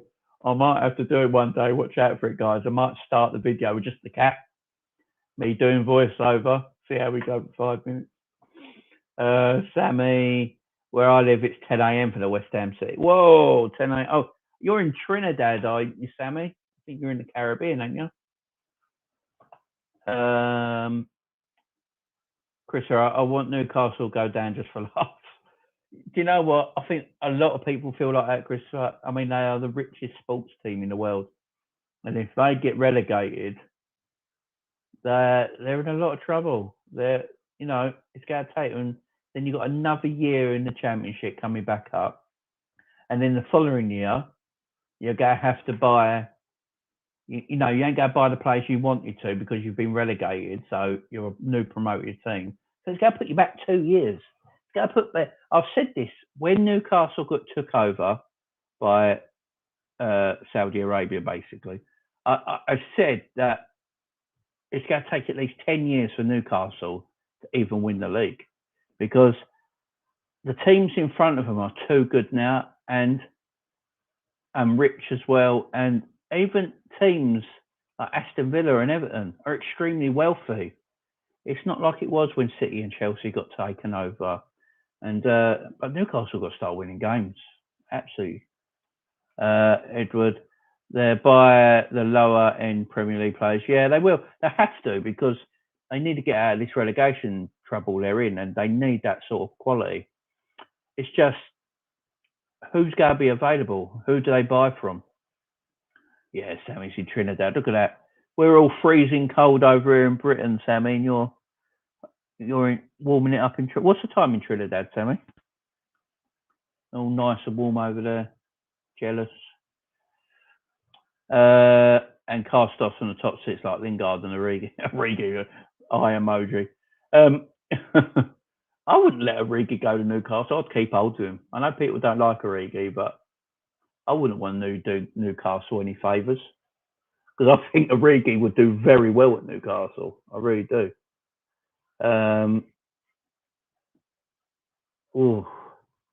What? I know a player. Look, Newcastle need another striker. They need to start scoring goals. He was at their club once before. Why don't they go and buy Mitrovic back from Fulham? He was there before, and he's too good for the Championship. I think he's got like 20 odd goals already this season there. He's too good for that league. You know, maybe they go for someone like him in January. It'd be hard for Fulham. You know, Fulham won't want to let him go, but you know, it's they might not have much. There might not be a lot they can do about it. You know, if the money's good enough. I mean, Newcastle got the money. They're going to have to pay. Newcastle going to have to pay the over the odds for every player they buy, even rubbish player, even Lingard. Man United are going to want. I know Lingard's coming out of contract, but Man United are going to ask for ridiculous money for Lingard, even if he ain't got long left on his contract. They're going to try and do one over on him. But I can see Lingard. Yeah, I really can. If they go down, don't see him coming straight back up. No, look, Newcastle have a championship level squad right now. They have a championship. They've got what? 3. I think the goal kick to Bretka, Wilson, and St. Max are probably the only 3 genuine Premier League players I'd say they got in that team. Richie, Shelby, you know, he's been in Premier League a few times, but I think he's championship level at best. You know, they haven't got Shah's you know, he's a good centre back. And the Celso, he's a good centre half. I forgot about him. So they've got 4 or 5, you know, 4 or 5, but the rest of them championship level. They would find it hard, but as rich as they are, they just buy all the best championship players, and the lower level Premier League players are getting back up. 7:36 in Trinidad right now. Lovely, Sammy. Lovely, mate. Lovely. So guys, if you got before we go, it's been a good stream. I've absolutely loved this, guys. I absolutely loved this. I've got a giveaway coming up, guys. I'm going to do it in my next video. We're going to do a giveaway. I've got a giveaway for you guys for this 100 subscriber special.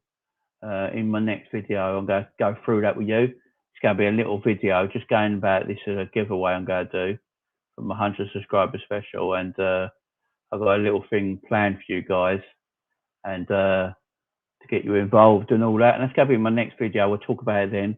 And I'm going to do the giveaway in that video. So look out for that, guys. Look out for that. The Championship is tough. The Championship is a hard league. You've got a lot of teams in the Championship that have had parachute payments from the Premier League. So there's a lot of wealthy teams in the Championships. They can afford to play their players like 20 grand a week in that league. You know, it's a tough league, extremely tough.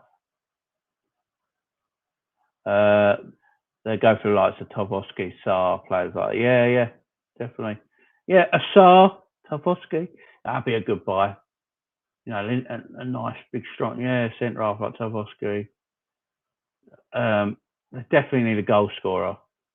Definitely need another goal scorer. I like Callum Wilson, but he's a good footballer. But they need. Can you imagine Callum Wilson and Mitrovic up front as a 2, then St. Max on the one side, Almiron on the other side, and then I don't know, Lingard and Shelby in midfield or something like that. That'll start getting them moving. Would you have Dele at Liverpool just to see if I could get the? I don't think anyone can get the best out of Dele now. Look, we all know that Dele Alli, Liverpool went in before Tottenham to MK Dons They matched what Tottenham were going to pay. The transfer was done, but when it came to the contract, Liverpool told Dele Alli that he will go into our youth program and work his way into the first team. Tottenham told him and his agent that he'd go straight into their first squad. So that's why he went to Tottenham instead of Liverpool. That's the truth on that. Otherwise, he would be a Liverpool player right now. Will he ever get back to his best? I'm not sure. I'm not sure. I think Dele Alli had 2 good years. I've seen this with a lot of young footballers, especially British players. I've seen it with a lot of British young players that have this amazing trajectory, and they're all talked about, and they have this great start to their career, and then they just hit a dip, and they go like this, and they never ever recover. Now, Conte's a fantastic manager. If he can't get the best out of him, I don't know who will. Dele Alli, in the way Liverpool play, I think would suit Dele Alli's game. I really do. Him in that number 8 role in our midfield with Fabinho and Thiago there. You've got Dele Alli with them. He ain't got to worry about the defensive game so much. He could concentrate more of his attacking game. I think it could be a good option. And also, I don't think it'd be a lot of money. So I don't think Tottenham want him. I think Tottenham would be happy to get rid of him. That's a good question, Christopher. Good question. Sammy, do you miss Richard Keys and Andy Gray and Sky, bro? I watch them on beIN Sports sometimes. Look, what Richard Keys and Andy Gray did was wrong. Yeah, it was wrong. The way they besmirched the female linesman on that day, it was a Liverpool game as well. The way they besmirched her, and then there was other instances of Andy Gray, talking derogatory to the women in the Sky Sports team. You can't do that in this day and age, and that's why they went. Was it the worst thing ever? I think I've seen worse done, but you can't do that this day and age. But at least I used to love Andy Gray in commentary. Andy Gray with Martin Tyler. Andy Gray as a co-commentator was fantastic. I think it's a Scottish accent. It's like Andy McCoist. He's amazing at it. But I just think they're past their best now. And when I see him on beIN Sports sometimes, Richard Keys looks like his head's swollen. He's got no neck and like that. His head's all up. I don't know what's happened to him. Don't know what's happened to him over there. I think they're in Qatar, ain't they? I reckon Dele goes Villa. I think Steve will. Yeah, I can see Dele Alli. He needs to go somewhere now. It's not going to happen to him at Tottenham anymore. He's never going to get back to the Dele Alli he was at Tottenham. It's never going to happen. Mourinho tried. Conte's going to try. Nuno. Everyone. He hit a massive peak very early in his career. When you hit a peak really high at the beginning of your career at 21 years old, and then you drop, because up here, when you're 20 years old, you're playing this high at this level at 20, you think your shit don't stink. You are the greatest thing ever to walk the earth. And when it hits down, the trajectory goes down, you start to hit rock bottom. From there to there, that mindset is extremely difficult. And I don't know where Dele Alli's mindset's at. And it'll be a hard one. But I can see teams picking him up if he becomes available. And I think Aston Villa, the way Villa are going at the moment, the project they got there, they've got money, Stevie's there. What midfielder could Dele Alli learn from better than Stevie himself? He's already said that Stevie's his idol when he was a kid. So that's a great shout, Edward. Great shout. Yeah, Villa or West Ham. Yeah, West Ham's a good one, but I just think with Stevie, where Edward's Dele Alli was Stevie G was his hero as a kid. He marked his game over Stevie's. He copied Stevie's game. That's what he publicly said that. And what midfielder could he learn off better? Thoughts on Benfica's game being suspended? I did not know it was suspended. Was this in the Champions League race? I didn't know it. I didn't hear about this. Haaland back scoring already. Is he back? I didn't know he was back from injury already. Yeah, hasn't he got 50 and 50? Something like that for Borussia Dortmund. I didn't know he was back from, because I thought he was going to be out for a couple more weeks. Wow. But I did read somewhere he got 50 and 50, so that must have been today. I helped a lot with you getting 100 subs with shouting you out. You did, mate, and I really appreciate it, Reece. I appreciate all of you helping me so much, and you've all helped me. I can't thank you all enough, and you still come here as well, and it's me rabbit on for an hour and 45 minutes today, and but Reece, I appreciate you, mate. You keep going out there and shouting it out for me, fella. You keep going for me. I want to get to 125, and if you can help again, Reece, I'll be more than grateful to you, fella. You're a man. Keep up the good stuff for me, Reece. Haaland back, yeah. So 50-50 for Haaland, I believe it is. That's incredible. I think I saw it, Edward, actually. So it must have been today. Was he doing something to the crowd, and then the woman went like that to him, or something like that in the crowd, wasn't it? I swear that's what happened. So I think he went to the crowd and kneeled down and did something like this, like that to the woman in the crowd, and they pictured on her, and she's got a green hat on, is it? And she just went like that. Oh dear. And just get a Devils or Sammy's a tip to help you do match reviews after games as vids, not streams. Okay. What, do a pre-recorded and not a live? Okay, cheers. Anything that helps? That gets you subs. Okay. Yeah, it was that. Yeah, I saw it, Edward. Yeah, it was hilarious. It was her face. Like that. Love it. I love it. So, Reece, do you mean to do a pre-recorded video and upload that instead of doing a live stream after a game? Okay. My problem is, I'll let you know now, guys, why I do mostly 10 o'clock live streams, is because I've got 3 kids. One's 5, one's going to be 3 in January, and one's just turned 1 year old. And obviously I've got a wife and a cat.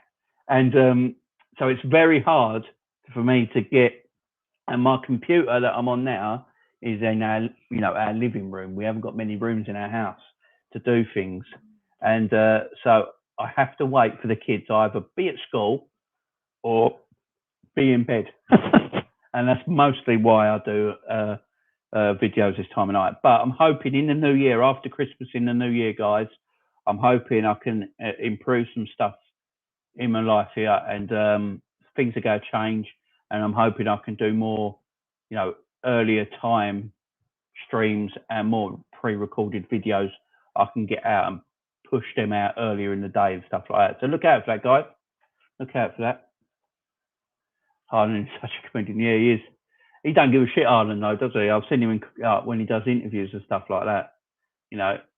I like Haaland. Haaland. What's his release clause? Is it 65 million, 75 million, something like that in the summer? Personally, I think he's going to Real Madrid. I think Real Madrid will go over madness in the summer. I think they're going to get Haaland. They're going to get Mbappe, because they can talk to Mbappe next month and get his contract sorted. I reckon they're going to get Haaland, Mbappe, and Paul Pogba, Real Madrid next summer. I think they're going to do an absolute madness, and get them players in. But Haaland, 65 million. I think it's 65 million euro release clause, which is ridiculously cheap. And every top club in the world, in Europe, are going to be looking at that and going for him. But I say Real Madrid, because they're going to get Mbappe on a free. Sammy, you know better, is Real Madrid fan. Where does he fit, bro? I doubt we'll get in Haaland. So Haaland, Benzema, and Mbappe, that's Real Madrid's front 3, and then Vinicius Junior. That's their 4. They're 4 forwards. I mean, that's tasty. And we all know what Perez is like. Perez will want Haaland. He'll want them all. He'll just want them all. He won't care about how they fit in the team. I want him. But I do have a sneaky feeling that Bayern Munich might get Haaland because, as I said earlier, Bayern Munich buy the best player from their rival every single summer. So if Bayern Munich are looking who they can take, Haaland's there. He's in Germany. He plays for Borussia Dortmund. He's got 65 million release clause. Bayern Munich are going to activate that as soon as they can. And like you say of Real Madrid, maybe you won't get him. Maybe Benzema's coming to the end of his Real Madrid. I mean, Benzema's been at Real Madrid for 10 years, ain't he? I mean, maybe he's coming to the end of his time in 30 odd now. You know, maybe he's coming to the end of his time as Haaland's, you know, he's his replacement. Like Edward says here, replacement of Benzema. City will. Do you know what? Look, he's a man, I think he was born in Leeds, weren't he? But his dad played for Leeds and Man City. So there is a connection there. Or I don't know. I think Man City might be looking at Lautaro Martinez. I think that's who Man City are looking at. I think they're looking at Martinez at Inter Milan and not Haaland. United to Haaland is over. I don't know. You got Ralph Rangnick there now. You know, he's the godfather of gegenpressing. You know, he's going to come into that United team and he want players who can press. And, you know, Haaland, he can do that job. So that might be, you know, United can afford 65 million. So I wouldn't say it's over. PSG will want to make a statement if they lose Mbappe. That's true.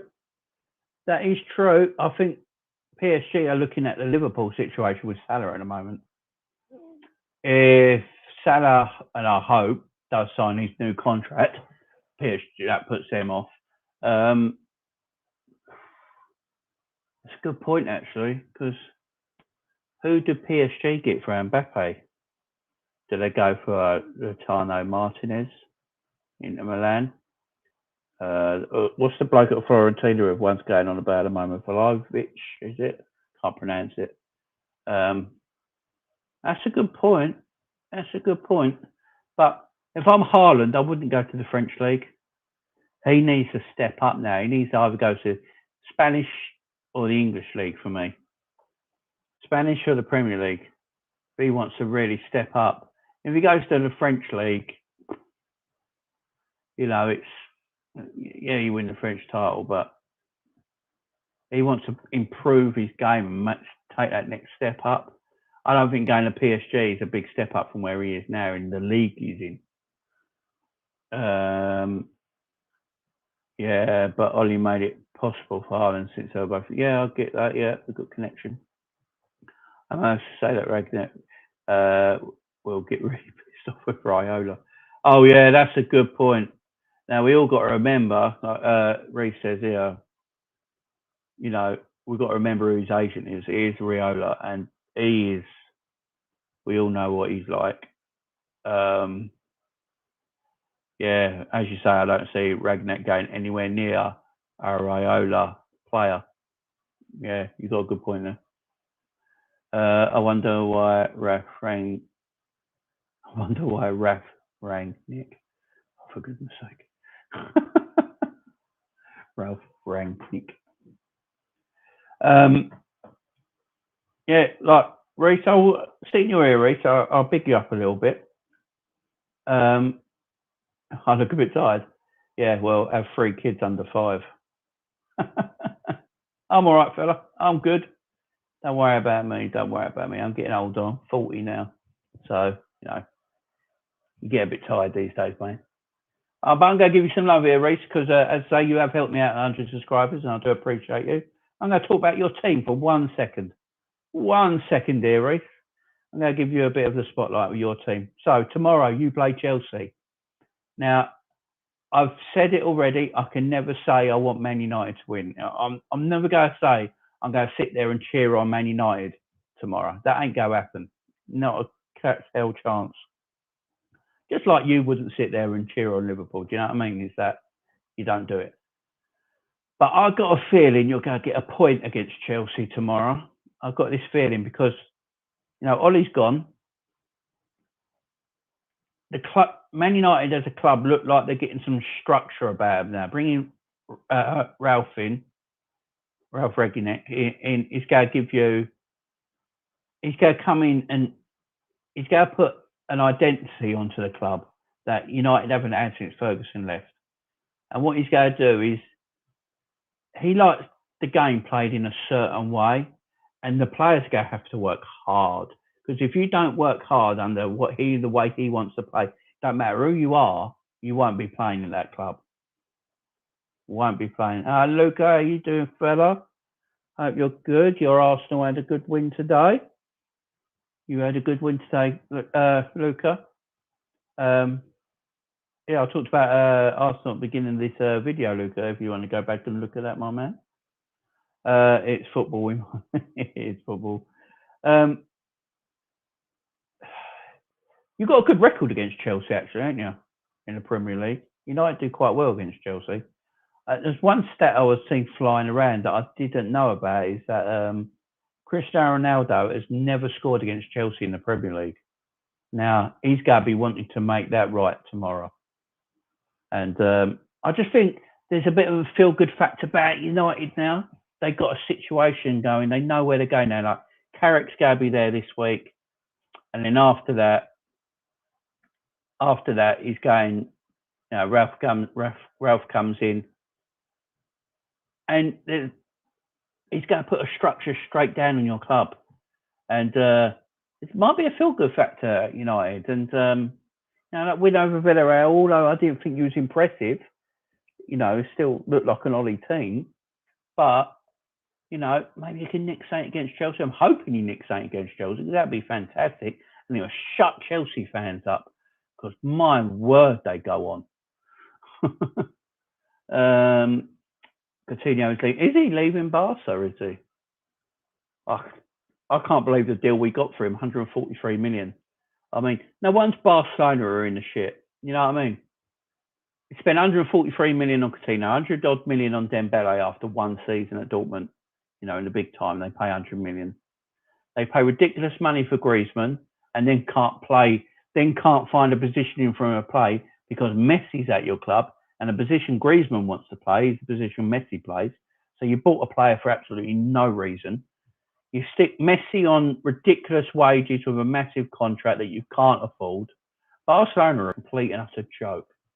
And I love to see it because I can't stand them. My friend is off to watch Chelsea United tomorrow. Stamford. Nice. You're not going? Could have taken you, Reece. He could have taken you. Awful fella, awful. But I do think you'll get something at tomorrow's game, mate. I really do. I'm hoping anyway. It's going to be a tough one. As I say, Chelsea have got no Kante, no Kovacic, no Lukaku, no Chilwell. Chilwell's going to be a huge miss. I know they've coped quite well without players at the moment, but the players they were already missing are not back yet, and then they're losing Kante and Chilwell to that. I think, gives United maybe a little bit of confidence they can do something. No, he chose his dad over me. Well, it's his dad. You got to take the L on that one, Reece. You got to take the L on that one. If he chose his dad, not much you can do about that.